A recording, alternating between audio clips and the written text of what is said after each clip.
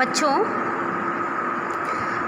पद्य खंड में मीराबाई द्वारा रचित कौन सा पदावली के पदों की व्याख्या समझा रहे हैं और आप लोगों को कॉपी में संदर्भ प्रसंग सहित इसकी व्याख्या करनी, यानी पदों की व्याख्या करनी है और काव्यगत सौंदर्य भी लिखना है। देखिए, पहला पद है बसो मेरे नैनन में नंदलाल से लेकर भगत बछल गोपाल। तो सबसे पहले आपको क्या लिखना है? संदर्भ आप लोगों को मालूम है, यानी हम एक बार बताएंगे। जितने भी पदावली के जितने भी पद हैं उन सभी पदों के लिए क्या होगा? एक ही संदर्भ प्रयुक्त होगा, यानी वही संदर्भ। प्रस्तुत पद हमारी पाठ्य पुस्तक हिंदी के काव्यखंड में संकलित एवं श्री कृष्ण की अनन्य उपासिका मीराबाई के काव्य ग्रंथ मीरा सिंधु सुधा के अंतर्गत पदावली शीर्षक से अवतरित है। यानी क्या है? प्रस्तुत पद हमारी पाठ्य पुस्तक हिंदी के काव्यखंड में संकलित एवं श्री कृष्ण की अनन्य उपासिका मीराबाई के काव्य ग्रंथ मीरा सुधा सिंधु क्या है? मीराबाई के काव्य ग्रंथ मीरा सुधा सिंधु के अंतर्गत पदावली शीर्षक से अवतरित है। प्रसंग, यानी प्रसंग में ये है कि क्या इसमें किसके बारे में बताया गया है? तो प्रस्तुत पद में मीराबाई अपने प्रभु श्री कृष्ण के रूप सौंदर्य पर मुग्ध होकर उनसे अपने नयनों और मन में बसे रहने का अनुरोध कर रही हैं। यहाँ मीराबाई ने श्री कृष्ण के रूप सौंदर्य का वर्णन किया है। बसो मेरे नैनन में नंदलाल, भगवान श्री कृष्ण के प्रेम में लीन मीराबाई अपने आराध्य श्री कृष्ण से कहती हैं कि हे श्री कृष्ण, आप बसो मेरे नैनन में नंदलाल। नंदलाल का मतलब श्री कृष्ण, यानी नंद के पुत्र नंदलाल को नंद के लाल, यानी नंद के पुत्र अर्थात श्री कृष्ण। हे श्री कृष्ण, आप मेरी आँखों में बस जाओ।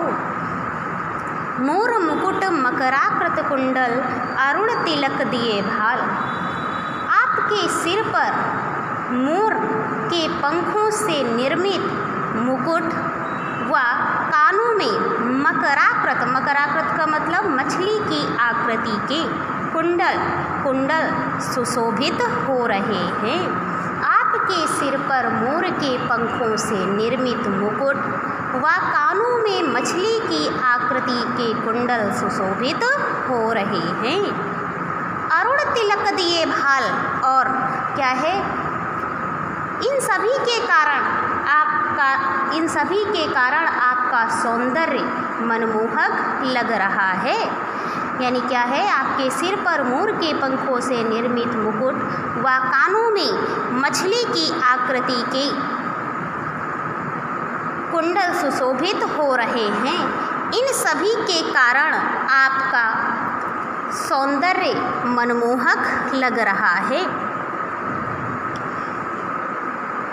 आपके मस्तक पर सुंदर लाल तिलक से शोभित होने वाली छवि मेरे मन प्राणों में वास करती है। अरुण तिलक दिए भाल, यानी क्या है? आपके मस्तक पर लगे हुए, यानी आपके मस्तक पर सुंदर लाल तिलक सुशोभित हो रहा है और आपके मस्तक पर सुंदर लाल तिलक से शोभित होने वाली यह छवि मेरे मन प्राणों में वास करती है। मोहनी मूर्ति सामर सूरति नैना बने विशाल।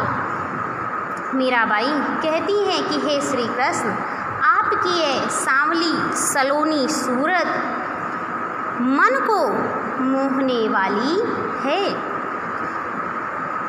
नैना बने विशाल, और साथ ही आपके ये विशाल नेत्र क्या है? नैना बने विशाल और साथ ही आपके ये विशाल नेत्र, यानी जो नेत्र हैं वो कैसे विशाल नेत्र क्या है,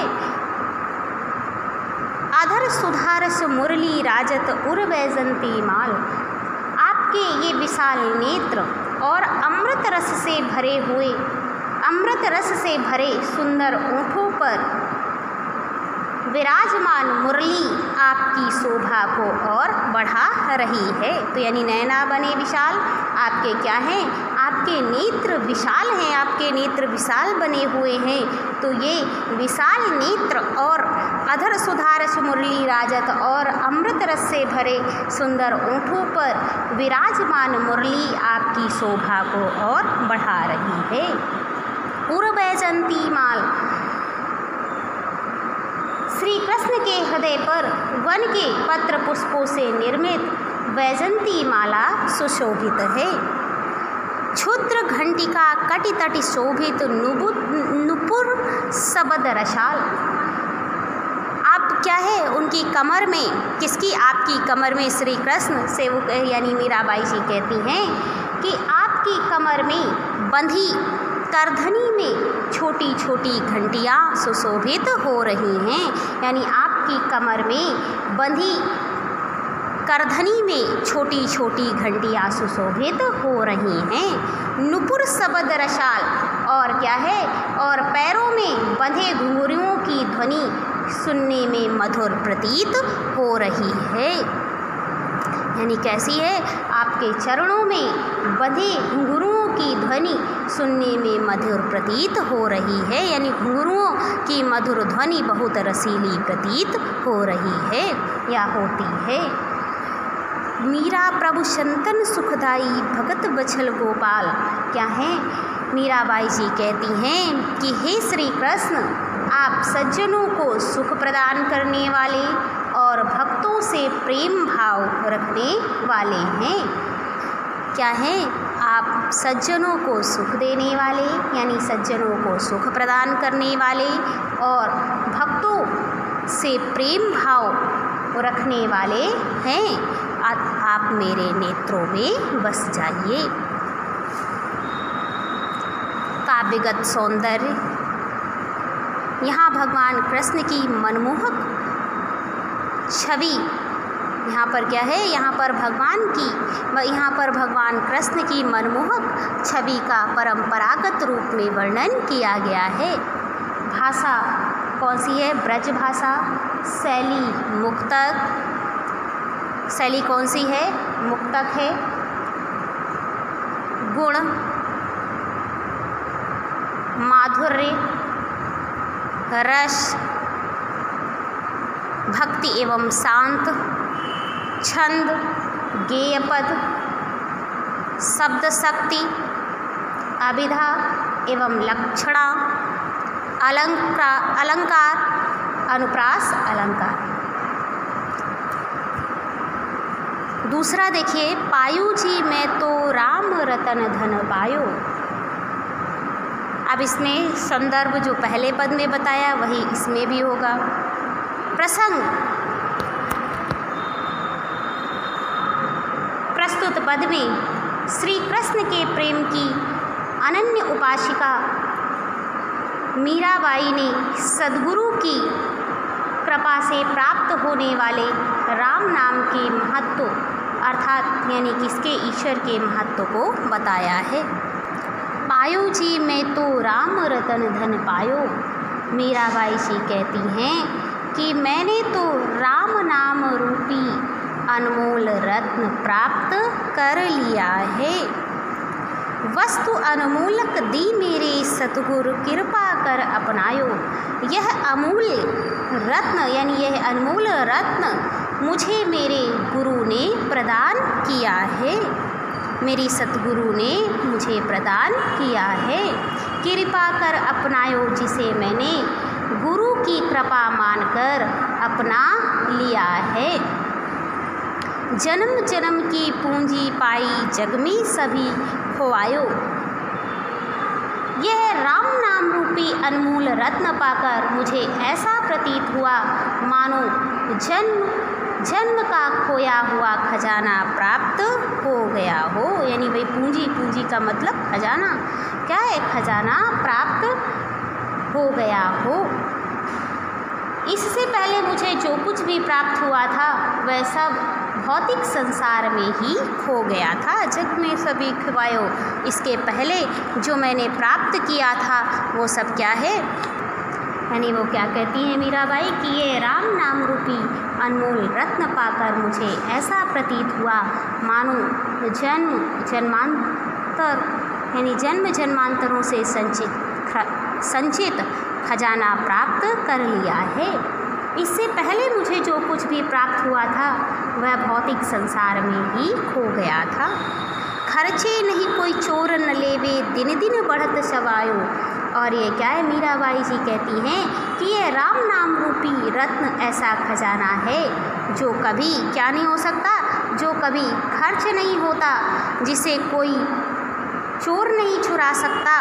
दिन दिन बढ़त सवायो, और ये क्या है? और खर्च करने पर दिन प्रतिदिन इसमें 1.25 गुना वृद्धि होती है। सत की नाम खेवटिया सतगुरु भवसागर तर आयो। मीराबाई जी कहती हैं कि मुझे तो सत्य रूपी नाव प्राप्त हो गई है, जिसके खेवनहार मेरे सतगुरु हैं।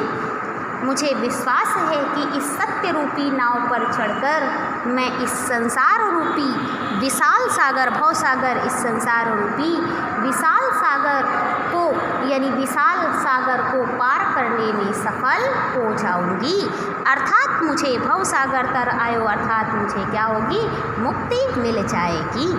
मीरा के प्रभु गिरधर नागर हरख हरख जस गायो। क्या है? मीराबाई जी कहती हैं कि चतुर गिरधर गोपाल मेरे क्या हैं? स्वामी हैं। मीरा के प्रभु गिरधर नागर हरख हरख जस गायो। हरख हरख का मतलब क्या? हर्षित हो करके। तो यहाँ पर क्या है? मीराबाई जी कहती हैं कि गिरधर गोपाल श्री कृष्ण मेरे स्वामी हैं। मैं सदैव हर्षपूर्वक उनके नाम का गुणगान करती रहूँगी। काव्यगत सौंदर्य ज्ञान रूपी अमूल्य रत्न सद्गुरु की कृपा से ही प्राप्त होता है। भाषा कौन सी है? राजस्थानी मिश्रित ब्रज भाषा, शैली मुक्तक, छंद गेय पद, रस शांत एवं भक्ति, शांत और भक्ति। अलंकार कौन सा है? रूपक है, अनुप्रास है, पुनरुक्ति प्रकाश है, गुण प्रसाद है, शब्द शक्ति, अभिधा और लक्षण।